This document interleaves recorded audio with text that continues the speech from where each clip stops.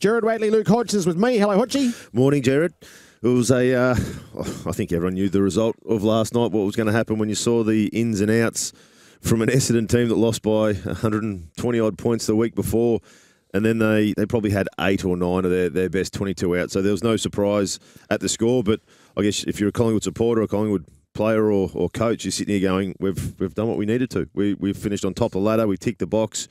And we got through unscathed with not many injuries. Elliott obviously got subbed, but I don't think that's a concern. And they'll be having a relaxing beer today and just looking at the finals in a couple of weeks. Dermot Brereton, welcome. Good morning. Yeah, the result we all thought we were going to get last night. But first of all, I'm in a glowing mood this morning, and that is my faith in humanity's been restored. Numbnuts here left his wallet on the top of a petrol bowser. It got handed in. And that stuff inside it that the governments don't like you using, cash, was all there. Cash, there. Do you still carry cash? No one carries cash anymore. Well, I like to. You're a little bit mysterious if you go to hand over cash.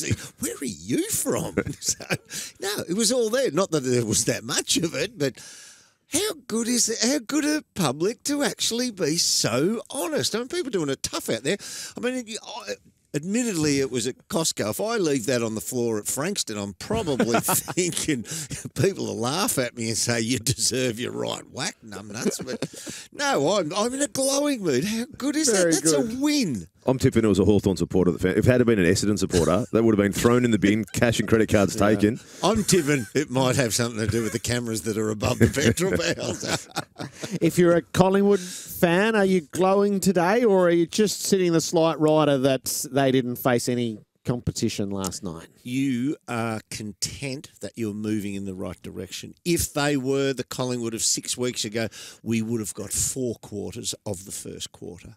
But they showed us that they're capable. The capabilities are there to run, gun and destroy a team in quick time. Thereafter, it turned into a dour struggle. What was it, 3 goals to 8 after quarter time. So, yeah, the better team was, you pulled away after quarter time, but the first team of the first quarter of Collingwood monstered Essendon like they should have. Tom Morris rounds out our foursome today. Hello to you, Tom. G'day, Jared. Well done, Derm and Hodgie. I've got to say, when the AFL fixtured this game 19 days ago, they would have desperately hoped that Essendon were playing this match to play finals. And then they lost against GWS, so that was out of reach. And really from the first quarter last night, it was game over. So there's a lot of implications for the Bombers, implications for Collingwood on the positive side when they're going to play in finals, and also Darcy Moore and Nick Dacos back. So they're well positioned now. Essendon's collapse is interesting, as they were 5th after round 17. Their supporters were being told to clear the decks for September. They were being forecast to finally break that finals drought. And some were even suggesting they could make a run at the top 4. And the worst read of the year was that Essendon had this soft draw. Then they went to Geelong and they got annihilated. And really, the rot set in. 77 points Geelong, 41 points the Bulldogs, 2 points against Sydney. That flattered to deceive because they were a mile back in that last quarter. They struggled to beat West Coast and North Melbourne, which did suggest where they were. And then 126 points against the Giants and 70 points against Collingwood. They backed out of the season badly. Yeah, they did. But I think if you sit back now and go, when they appointed Brad Scott and said, we're going to be sitting 10th after our last game, and there's obviously more games to come this round, they'll be sitting there going, we've had an okay season. We've had a pretty consistent season. There's no way they would have thought they would have been fighting for finals. But all in all, I think Scott will be sitting back going, even though the last 6 weeks was awful, he's got a lot to build on. He spoke last night that he's got a clear focus on what he wants to set players, and that's never a great sign when a coach says he now can control their off-season, which means you'll come back fit. If you're not fit, you're in fat club effectively, what it used to be for us. You've got to be doing more work. He wants to build a team that he can chop and change and not going to run out of legs the last 6 weeks. So if I was an Essendon supporter, there's so many positive signs. Frustrating the last 5 or 6 weeks, but if they're looking optimistic towards the future, I think they'll have a smile on their face. The issue for him, though, to face is that for a protracted period of time at the start of the season, he saw evidence that they can mix it.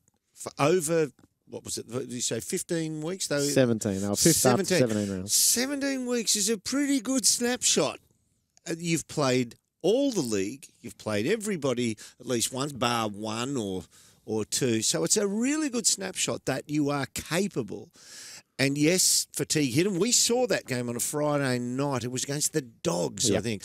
And you could just see them. And we called it. Halfway through the third quarter, they are flagging. And they were still in the game, but you could see they were going out the back door. From that moment on, they've had no zest about them in reality. But if you were a Don's person in the hierarchy, you have got evidence that you're capable. So to fall away as badly as they have is pretty damning. Does that come down to the mental side of things? Because around that plays in. As a player, a 23-game season is long, so you fatigue. Everyone fatigues, whether you're on top of the ladder or down the bottom. Brad Scott come out and said about round 17, 18 that we're looking fatigue, we're tired. The extra, he spoke about the Adelaide round, gather round, that's an extra game of fatigue on for the players. If I'm a player and I'm feeling sore, and my coach is giving me an out, all of a sudden you're starting to tell yourself, well, I don't have to do that. I am a little bit. And people sitting there going, surely you don't think like that. Players do. What if you're a 150-game player, though? But that's the thing is, if your coach is giving you an out, saying, oh, we're fatigued, we're tired. Like that, if you look at Brereton, if you look at Parish, they still had impact last night. They still got plenty of the ball. I'm agreeing with you. I'm just trying to give you the opposite. But if you've actually had 8 seasons in the system, you would think that your coach is not talking about you. Well, he said as a group. So Yeah, as soon as he says we look encompasses tired, but that's everything. If that's one person who doesn't make that contest, it feeds onto the next person. So I mean, if it was you, if your coach said that, you would emotionally think to yourself, well, that's not me. no, I'll still lead them. If your body's sore, you tell yourself all season, I'm fine. As soon as you get given an out, oh, hang on, maybe I am a little bit sore. Or We actually discussed this last night as well and said, yeah, he gave them an out. So that's the thing. we're on the same page, but I'm trying to drill into the individual who is a gun, who has played But name the 8 game. seasons and knows his craft. He doesn't allow himself to feel tired. But what I'm saying is they don't have. It's not a gun midfield. Yes, they've got some really good players, but they don't have that team that have mentally strengthened, have pushed through into September. They've got to the 1st of September and gone, I'm on holidays, I'm going to Bali.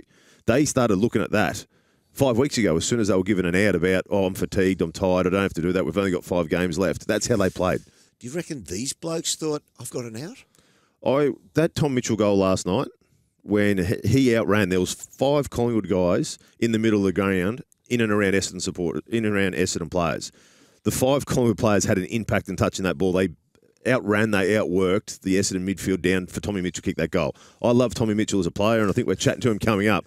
He's not beaten us in a leg race, let alone beating 5 Essendon midfielders. He's so good in and around, but his work rate, his mindset was, I'm going to get there. This is my role. This is what I have to do. On the flip side, the Essendon players, it's a long season. It's not going. I'm just going to run. Those blokes would outrun Tommy Mitchell any day of the week. Well, but no, the will of Tommy Mitchell got him there. The will of Essendon was not there. On that is, yes, you'll have to coach better. You'll have to schedule the fitness regime better. Get blokes in who are mentally harder. This is what I'm saying. This is where his message after the game was, I'm fearful but excited if I'm a Essendon player. Because Scotty last night was, when we come back at pre-season, I'm setting targets. And this is this is the standards we need to get to. Our standards at the moment are not there. If you can't play out 23 rounds of football, then we shouldn't deserve to play finals, as they're not. So he clearly said in his press conference last night, boys, saddle up. We're having a red-hot crack. This is going to be a huge off-season, a huge pre-season, and hopefully next week we might get to round 20 before fatigue. We might get into the finals before fatiguing. That's the mindset that he said last night, which if I'm an Essendon supporter, I'm sitting here going, perfect. This is where we need to go to be a successful team and play and have a win in the final, which we haven't had for however many thousand days. 7,000 odd Trust days, you know that. 3,000. And he's got all the ammunition that he needs, because their last 2 weeks was defined by weak and uncommitted efforts. Yep. And if you wanted to clip them up from the 2 games, you could find so many of them. And I reckon for a coach, that's pretty rich source material to go at them with. Their last 5 quarters, I think it was 35 goals to 2. Or 35 goals to 5. So that was their last 5 quarters of football. And against GWS, who are on the fringe of playing 8, and against the Collingwood team, who, yes, they've played some really good football, but they haven't shot the lights out the last month. Even the Collingwood players said our form hasn't been great. So this is a part that they need to continue to build. Right, so what does the off-season hold for Essendon? What are the flashpoints, Tom? Well, Darcy Parish is the main one. He's their player that they'd love to re-sign. He would love to re-sign, but yet it hasn't been done yet. And there's this standoff between his management and the club, and it revolves around three things. A, the money. B, the natural uptick in the CBA, which the club doesn't automatically give players, and some clubs do and some clubs don't. And the other is the tenure of the deal. So Darcy Parish's team wants 6 years. Essendon want to give 5 years. And at the moment, there's no give on either side. So until there is, this deal won't be getting done. And then other clubs, he's 26. And he's finished second in the best and fairest once. He was All-Australian, and he's had an injury-troubled year this year. So he's the main one. The others are... His management's got delusions of grandeur. You think he's not worth 6 years? No, absolutely not. What's the tangible difference between 5 years and 6 years if you want to stay at the club that you were drafted to? That's right. I reckon 5 years is a generous Oh, deal. really? Yeah. He's a nice player. I'm not so sure 5 years is going to work into it, or 6 years. Well, 6 years would, because that'll be probably close to the end. 5 years leaves him with 1 or 2 years at the end, and he will be bargain basement price When he's 31. When he's 31. Whereas if he did a 3-year deal now, I know players love security, but if he did 3 years and had 3 very good years, he could get another 3 years. Mm. So it's kind of a weird... But they say this is his big at that contract. age. It's very normal now that at the age of 26, as he is, you sign your big contract. But it's not for everyone. Like, No. those tenures are for Oliver and Petrarca, who are in Brownlow medal contention. Well, they got 7. They are for dominant key forwards like Charlie Curnow and the theory of Harry Mackay, which it's not for run-of-the-mill good midfielders. So Zach Merritt got 6. and he's the captain. He's the captain. The big difference between the captain and the other guy. Harry Himmelberg, key position player, got 6 at GWS. Different market. Jack Steele got 5 at St Kilda. Captain. Yeah. So that's probably the level, There's a isn't status that Parish doesn't measure up to. How many years would you have said that he has played as an elite midfielder in the AFL? Probably. 3. Well, Three's a stretch. I reckon 1.5. Yep. Yeah, There's the 1 year where he polled really well, and it's like, oh, hang on, he's got some touch, but he's not a bloke that you build your club around. He's a polished player on the top. And that's where, as far as giving a 5, I think 5's very generous. 6, if I was this, I wouldn't be signing on a 6-year deal because he hasn't played consistent, dominant football enough to, as you said, to put into the Petrarca, to put into the Oliver status. He's still building, and his next 3 years might be his best 3 years. But take your 5 years at the club who are offering you some good coin. Hopefully you're going to be a leader there to build, and then they can use other money around to bring people in to help you succeed and play in September. This is where I think the market... He's not elite. He's No, he's very good, but there's a lot of very good midfielders. I mean, if you listed up the true midfielders in the AFL, where would he rank? He's not in the best 18, like one from each club. No. He's not in the top. Is he in the top 3 of their club? You've got Merritt. Is Shield, if he's up and firing, he's been injury Darcy prone? Parrish is more reliable than Shield now. Yeah, I'm saying if he's up and Shield is a match firing. winner. I just think managers, you can sign the wrong contract for your player and you can put them in the wrong circumstance. And I truly believe they're putting Darcy Parish in the wrong circumstance here. So if he goes, he'll be worth band 1 compensation, and that will give Essendon 2 picks in the first round for the first time since 2020. Would you think... I'd be on my knees praying that he left. would you think... That's a visual. Would you think that some other team would offer him a 6-year, $750,000 contract? I don't know that for a fact. I don't know. But the market... Unless he wants to go back down the bottom of the ladder... Yeah. After what he's been through at Essendon, I think Scotty's... We've showed a bit early in the season, as we just spoke about. We've got a lot of upside. We've got a lot of salary cap room to bring people in. There. They could slide backwards next year. I know, but if he's looking as a player to see what they've grown, to see how they spoke about Scotty coming in, what they did the first 17 rounds, you're sitting there going, I can see a future at this football club. The only team that's going to offer him a 6-year, $750,000 deal is a team that's down the bottom and struggling to get back up. Like a West Coast type. Exactly right. And does he want to go over there and play 5 years over there and be, where are we? What are we doing? And it's not like Essendon don't have money. You speak to other clubs and managers. I hate using this term, but they have a war chest. They have a lot of money to spend, and they're just choosing not to spend it on Darcy Parish. They'd prefer to spend it on getting Ben Mackay into the club or keeping Brandon Zerk-Thatcher, which I don't think is going to happen. So they have other areas, and Darcy Parish isn't their priority. Here we go. If I've played at a football club and you said the team that he got drafted to, you said stay there and sign on there. If I've had no final success in how many years has he played now? Well, he's 8. He's a free agent. He's had no success in 8 years. No success in 8 years. I'd be giving up a little bit of money to have other people in and around me to help grow and actually play finals, have success. and try and grow to maybe playing a premiership before he's finished in his 5 or 6 years. But if he's going to go and take every cent that he needs, they're not going to get the people around him to help him have success. And it was particularly jarring last night, Jared, because it was his 150th game. So he was up in lights, he was on the banner, he was on their social media accounts. Congratulations, Darcy Parish, 150. But with a little asterisk, is he staying or is he going? And at the moment, there's no movement on either side. What was the wash-up for Collingwood out of the night? Well, Collingwood, first of all, Elliott will be okay. That's just a corky to his glute, as we mentioned earlier. Collingwood are looking ahead to their likely Thursday night final in qualifying final week. So that will be at the MCG. The expectation is at AFL House and also the Magpies that will be played on Thursday night, which will then allow them, if they lost, to play against the winner of 5v8 with a longer break than next week. And that is a slight shift from last year, but there's reasons why that is the case. The other thing for Collingwood is they're waiting on Darcy Moore, who trained yesterday. He trained really well, and he'll be fit for week 1 of finals. And the AFL program has a 4-day break now. They'll come back, they'll train all through the week and through next weekend. And Nick Dacos won't play week 1 of finals, but if they did lose, they do expect him to be available for week 2 of finals and certainly a prelim final. So that's good news for them. So if it is Melbourne and Collingwood, which there's a few assumptions in there, it'll be Thursday night rather than Friday night. That's it, yeah. And which is a little bit surprising, I think. So did I explain it well enough? I'm not sure. Yeah, you did. Yeah.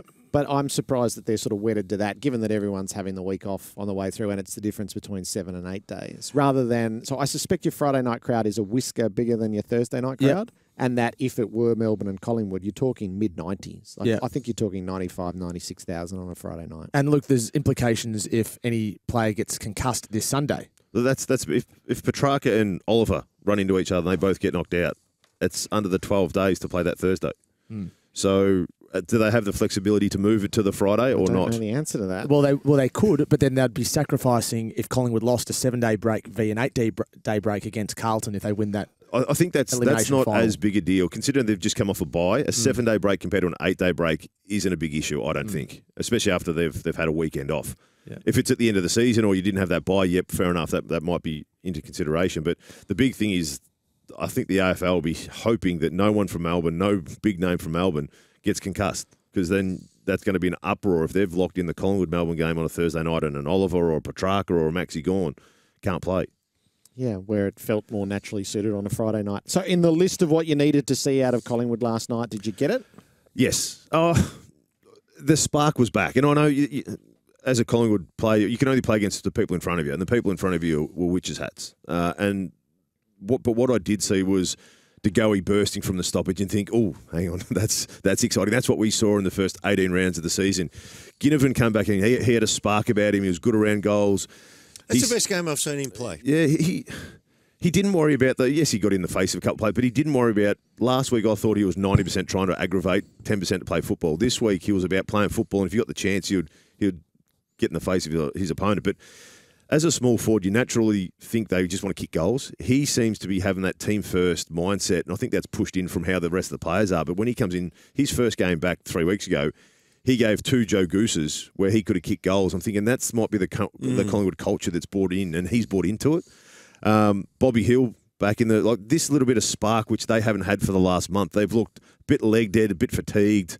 Obviously played some good opponents, but what I did see from last night, a Collingwood supporter will have a lot more hope than what they did for the previous month.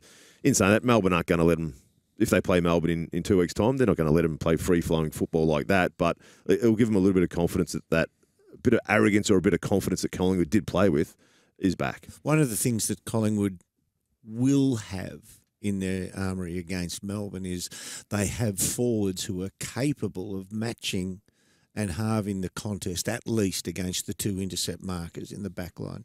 And if you look at last week's game where Melbourne dourly fought against a resurgent Hawthorn, the intercept marking in the back line was quite pivotal in the end, in the overall scheme of things.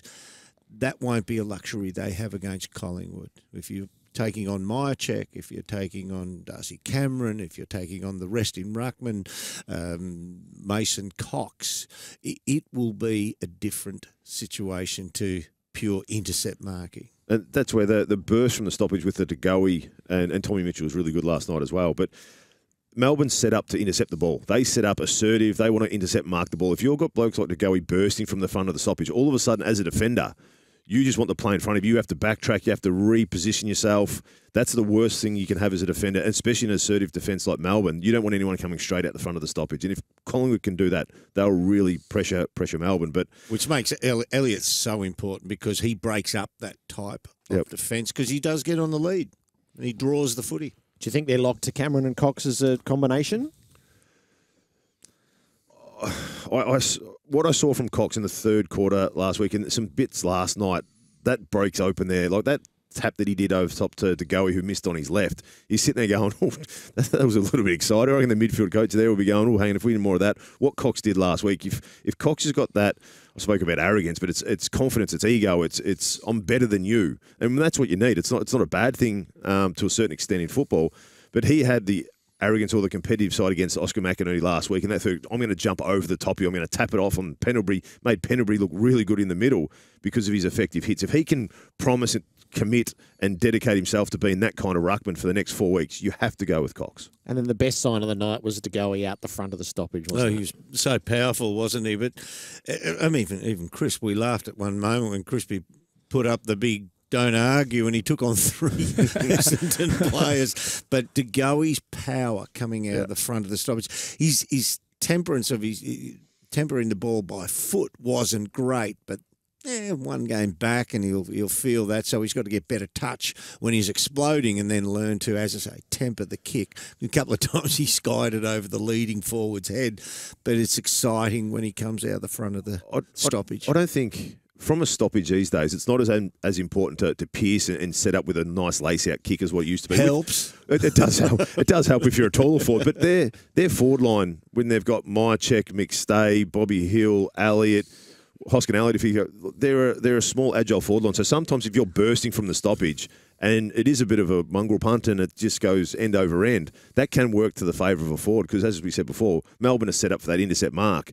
Sometimes when it comes off his shin when he's bursting from a stoppage, it works into the forward's advantage. I'd like you to tell that to Jamie Elliott. Well, if you look, he's probably the ones who benefit from it the most because he's quick, he's agile, and he's always the first one to react to a ball that isn't kicked perfectly.